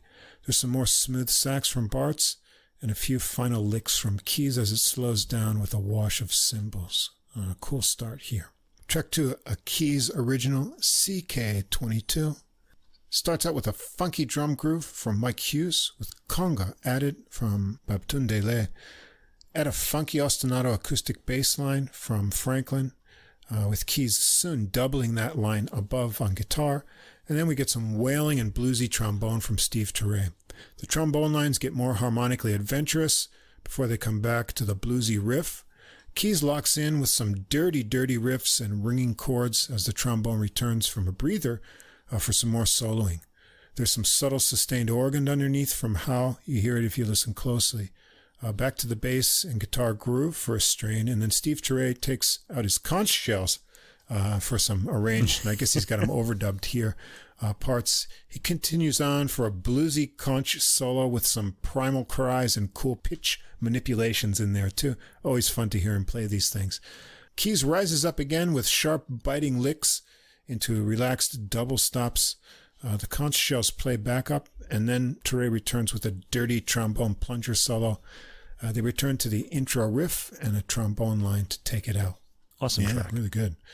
We got a Gregory Howe original, Jafika, for track 3. This one starts with a curious arpeggiated chord from keys to open it up, then a slow, steady groove with conga from Lay, drums, bass, and low ringing piano chords from Gregory Howe. This forms a setting for keys to roll out some low register guitar lines.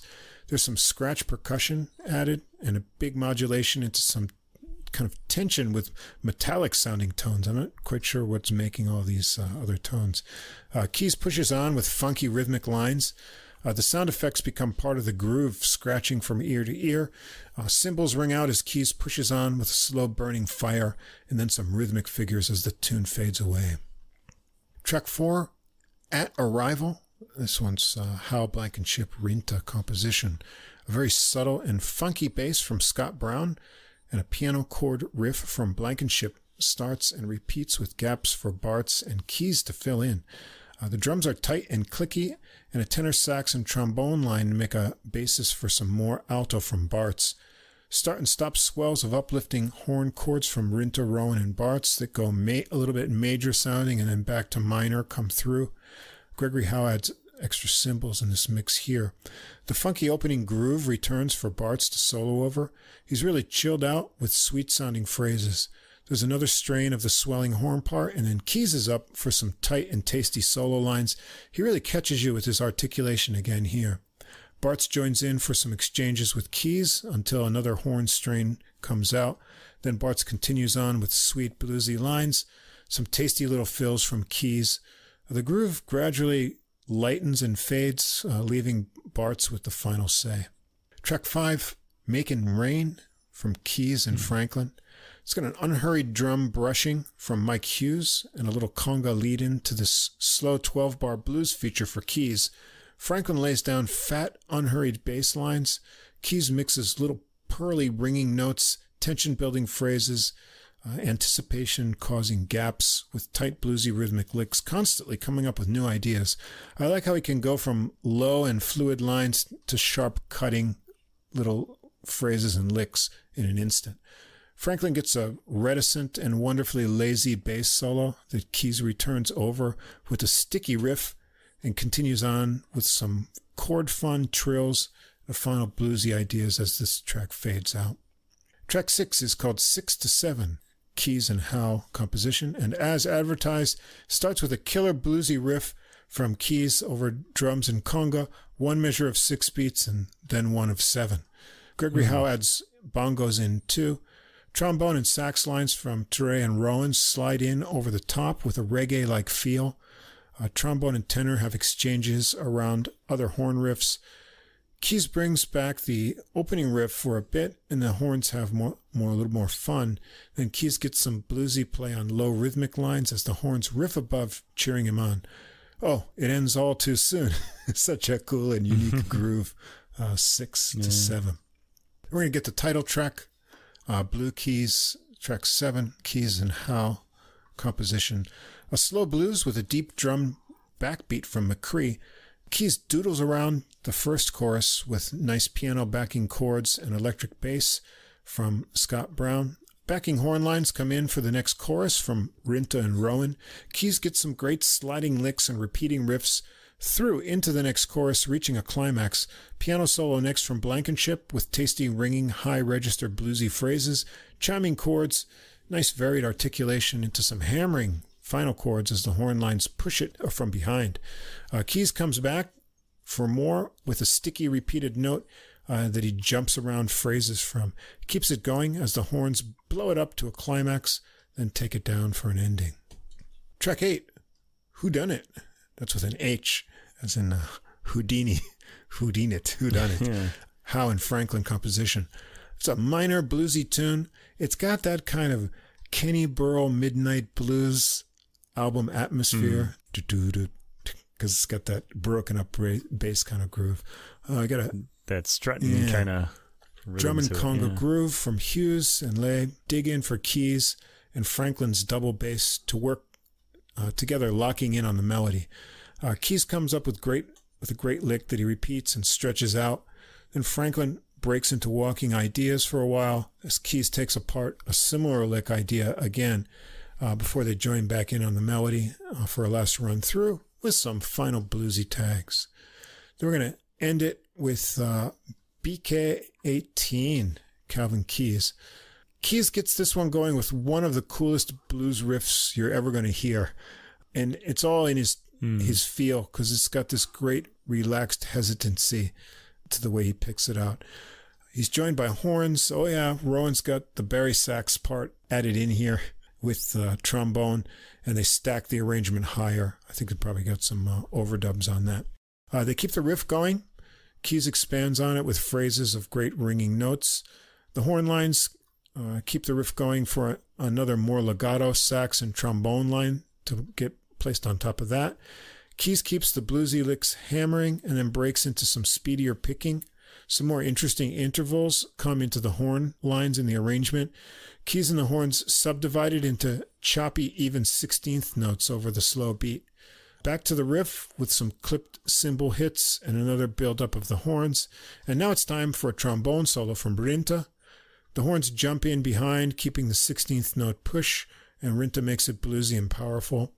There's a bit of some gutsy tenor sax too, and then heavy drums into more hard bluesy licks from Keys as the horns keep the 16th notes going. It keeps going, but it gets quieter all around, slowing slightly and kind of reducing to a sparse finish.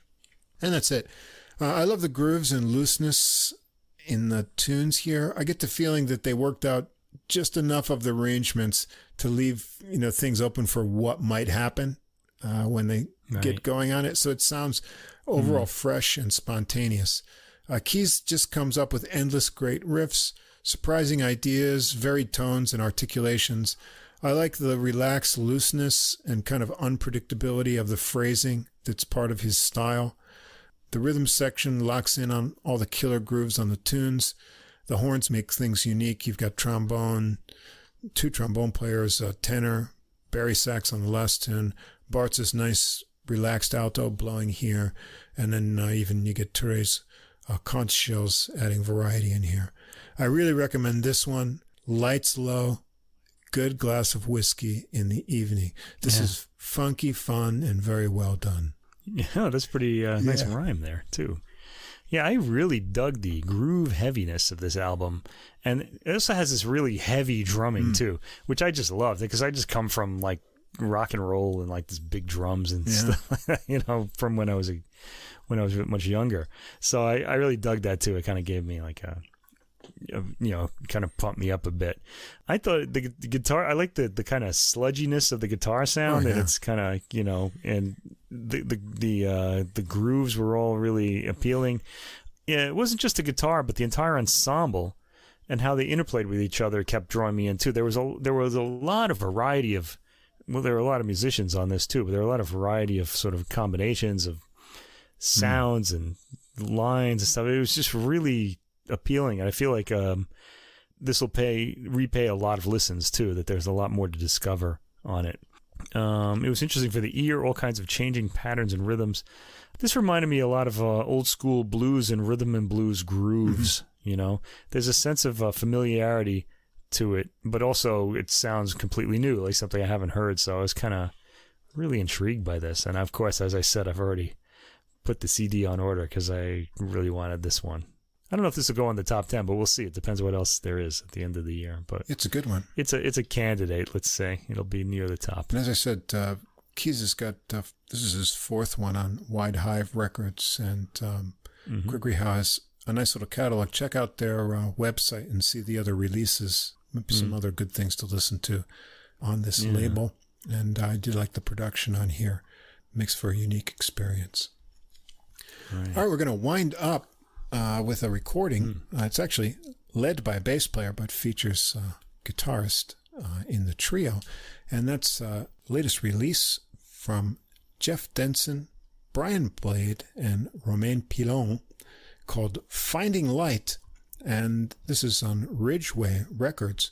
So this is going to be a follow-up to 2019's Between Two Worlds recording by the same trio here.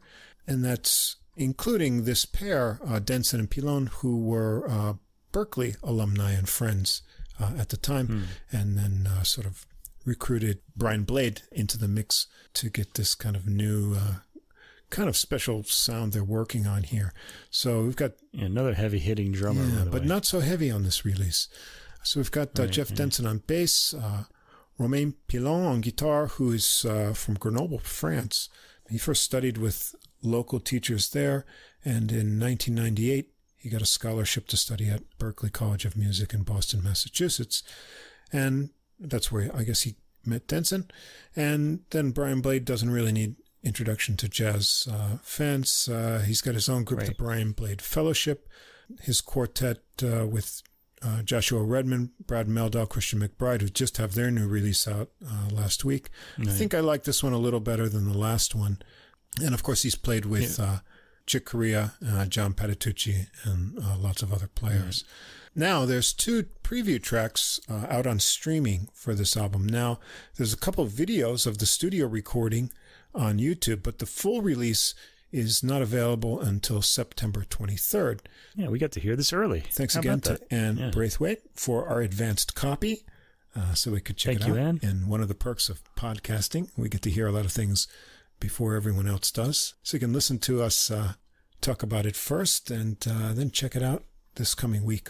So we're going to start out with a Denson original, The Daily Jubilee of Dancing Herbie D.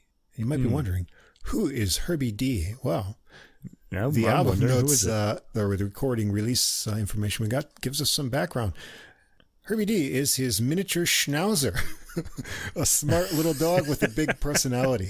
You can imagine the dog, just waiting to go out for his walk. So we're going to start it out with Denson with a loping, swinging bass line in 5/4. Blade kicks in with a beat, and Pilon adds some choppy muted notes before coming in on the melody line, and some added chords with a full tone. The first half of the B section of the melody has a nice change-up in feel, with Denson switching up to repeated high notes and Blade going a bit lighter in touch. They go around the melody twice. Pilon continues into a solo, having fun leaving gaps in his rhythmic phrases that surf the dancing bass rhythms from Denson.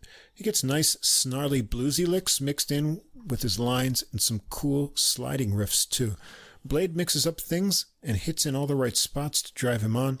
Pilon brings it to a bluesy finish before they return more lightly to the melody for another round, riffing around for Blade to go around the kit, doing some tasty drum work there as they build it up to the end. Title track number 2, Finding Light by Denson. He says, with this tune, I really wanted to encapsulate a sense of hope, a sense of finding much needed light amidst these dark times we've all been living through. Interestingly, it's a kind of a minor melody, but it does have a searching quality to it. Pilon carries it from the start with a rounded tone and nice legato connection in his lines. Blade gives it a light Latin beat with soft hi-hat and snare work. It's got an extended 36 measure long form, and it's like the C section is the longer part of it. Next time around the form is a solo from Denson with a nice dark woody tone. His lines are melodic, but they keep a nice kind of spring-loaded rhythmic quality in his touch. Pilon follows, keeping the smooth phrasing but leaving little gaps between phrases that create anticipation, building things nicely with some rising lines and ending on the final phrase of the melody, for his solo from what we heard before. That ties it back to another round of the melody. They repeat the last phrase and give it this kind of fun forward skipping variation that finishes it up at the end.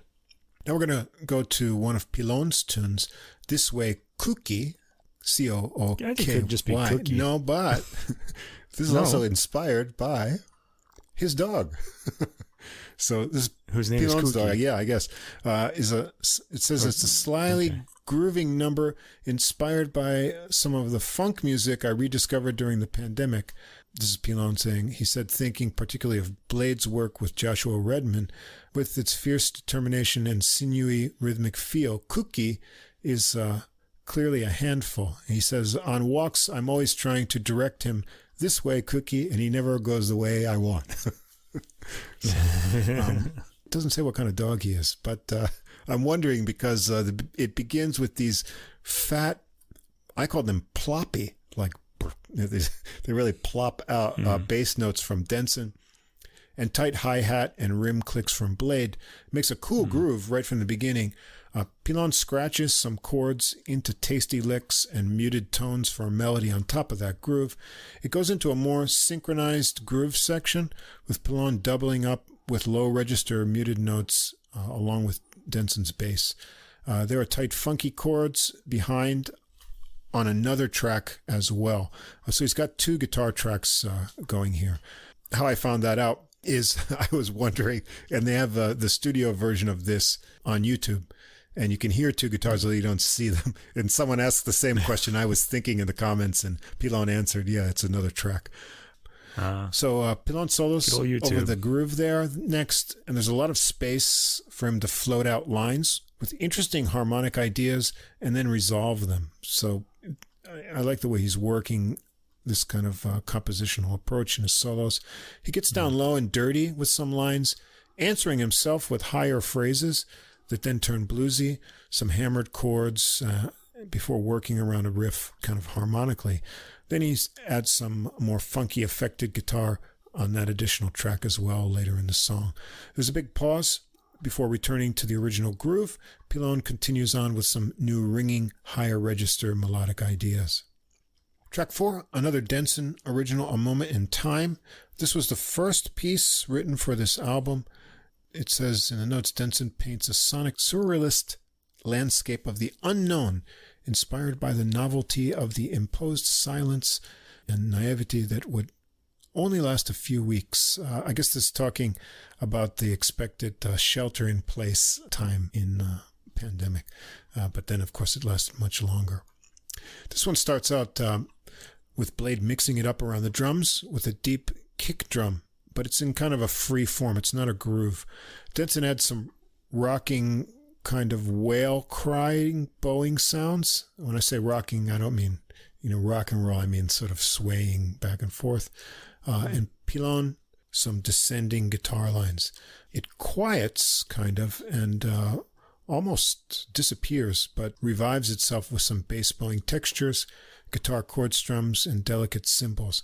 A slow kind of dirge feel forms from Denson's deep bass lines.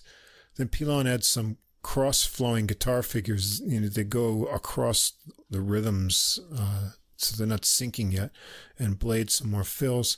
Then Blade locks in with Denson, and a slow groove forms for Pilon to layer a relaxed and ringing melody on top of. It gets tense and mysterious with busy bass and agitated drums. Pilon plays wandering and then more crying lines and sharp high figures as the tension intensifies. It subsides, and after a soft hi-hat connection from Blade, moves to a new slow groove from Denson, Pilon adding ringing rising riffs. Blade gets quiet, and Pilon finishes with some weepy and pitch-bent phrases over Denson's deep bass tones. Track 5 is called Wishing Well. It's another Denson tune, which he apparently transformed from his song Wishing Well that he recorded with his own vocals on his 2016 album Concentric Circles. No singing on this one, though. Starts with Pilon locking in a melody over Denson's kind of singing and ringing bass line, though. It's almost vocal in quality. Blade is only adding light textures, but the bass and guitar have a nice swaying feel going. It's a great thick and full bass sound from Denson here as he carries the groove. They really lock in on the syncopated phrasing, and the sparseness gives a fresh quality, aided by Blade's restraint, holding back on the drums, really. Pilon solos with very fluid ideas, sometimes adding light chords for contrast and a few double-stop figures. As they push toward the end, Blade gets to add a bit more motion and some final touches. A really fresh-sounding tune, highlighting this muscular bass kind of presence from Denson. Track 6, another Denson original, The Tipster. This one is inspired by a cat, a companion who long kept his mother company. This one has a playful minor melody that Pilon handles gracefully while mixing in chords. Denson gives it a halftime feel through the A section and then really locks in with Pilon on the B section with fine accents from Blade. Denson turns to walking under Pilon's solo and it gets really swinging, but they mix up the feel along the way with some fills from Blade. Then Pilon mixes fluid lines with occasional more rhythmic riffs and gets into chords by the end of his solo. And Denson solos next with a bounce and forward motion in his playing. Blade is listening really closely, and all three lock in together on syncopated phrases. They go around the melody again to take it out. Then we've got track 7. It's kind of an intro to track 8, Terre, the French word for earth. The intro, track 7, is improvised by Denson. It says it evokes a bluesy Americana melody and feeling, drawing on his Virginia roots. And it does really do that. It's bluesy, ringing and down-home thick bass kind of sound here from Denson. He really digs into the lower notes, gives it rhythmic push, adds some cool intervals on the bass and fun harmonics at the end. Nice improvised beginning. Let me get into the main tune in track 8, Terre. Kind of interesting beginning. It's these dizzying tremolo notes from Pilon. Starts out mysteriously. But Denson comes in with an earthy melody on bass. Pilon takes the melody next time around. It's very relaxed, waltzing tempo here, giving lots of space for Blade to add textured fills with brushes. And Denson gets a relaxed, deep, woody solo over a mix of muted and ringing figures from Pilon. It's like a relaxed walk home kind of feeling. The final section has a more uplifting melody from Pilon before it turns darker. And I like the mix of low, dark guitar and ringing tones. I think he's got 2 tracks going here, I would assume. It trudges on to the end with fills from Blade on the way and some final uneasy shimmers from Pilon's guitar. Track 9, another Pilon tune, Espoir, which means hope. It says, is a spacious anthem that evokes the search for silver linings. These are the notes. With its rock edge and lean beat, the track offers his distilled taste on Brian Blade Fellowship, the drummer's gospel and folk music inspired band. It starts with soft guitar, textured arpeggios, and a line over a slow tom groove from Blade. Denson adds a thick bass line to the mix. The next time around, Pilon emerges with a ringing melody. There's lots of space and pauses here. Very tasty chords from Pilon onto the melody. Maybe 2 tracks. Great timed hits from Blade and fills from Denson. The groove turns heavier with Blade digging in, and Pilon gets some more edge on there for a bluesy solo that takes a little harmonic turns with the chords in between the dirty bluesy licks. This is really fun for me. And it's a strain where he goes real bluesy and then no, don't get too comfortable. They're going to move a little bit. So nice progression they've worked out there. Pilon keeps pushing it with another guitar track added there. It comes back to the guitar melody and tasty chords section to a final wrap up. And track 10, I'm going to finish up with Sixto from Pilon. And I was wondering this, but the notes say, Sixto, a piece inspired by the story of Sixto Rodriguez, the musician whose astonishing story was featured in the award-winning 2012 documentary Searching for Sugar Man. Yeah. Oh, wow. Really great movie if you haven't seen it. I can't believe it's been 10 years already. But yeah, one of those really... yeah, I guess it has. There's a few music documentaries where, truth is a lot stranger than fiction. And that's one of those. That's one's worth seeing. Yeah. So this one starts with an airy and floating beginning, sparse guitar chords and melodic figures from Pilon over lightly dancing cymbals from Blade. Denson adds bass notes that lock in to give a definite tempo. A tom fill kicks into a busier groove with a clickier beat from Blade for a while, but it reforms back to the more floating feel. Denson and Pilon lock together on some syncopated phrases, but mostly this tune wants to breathe freely with Pilon's floating phrases. Pilon solos on with short phrases that set up tension into more tumbling lines. Blade swells with fills, and Denson intensifies the bass attacks on his lines as Pilon reaches a climax with climbing lines and then some crunching chords with a little dissonance. He keeps riding it with a chordy groove and then tight hi-hat fills from Blade. There are a couple little breather spots before they take it into the final strain with nice muted work from Pilon and fills from Blade, and they back off the intensity, and the tune just kind of comes to a halt. So that's it. The recording has an enjoyable openness to the atmosphere. It creates, the tunes are varied and interesting with kind of interesting harmonic twists and fresh sounding melodies. As a trio, they really lock in together rhythmically, but they leave a lot of confident space in the rhythms and grooves. They know where each other are going to be. Denson can carry the rhythm and pulse in his lines enough to really let Brian Blade focus on textures more than keeping, time or anything. And he adds a lot of details to all the tracks, never overplaying on the drum kit. Denson has a big meaty sound that can be really forceful or gentle, and he shows a variety of expression over the recording. And Pilon's playing is fine throughout. 1 minute he's bluesy and very enigmatic the next. And I like the subtle different tones and textures he matches to the mood of each moment in the tunes. There's excellent synergy here, and this one will reward repeated listenings with new discoveries in each of these tunes. Yeah, I found this album to be pretty atmospheric, I thought, and it had some really cool sounds on it too, and particularly in Terre and tracks 7 and 8, that piece about the earth. I like the tremolo and the big bass sound in those tracks. Especially in the Terre intro, the bass sound was really big and meaty, like you said.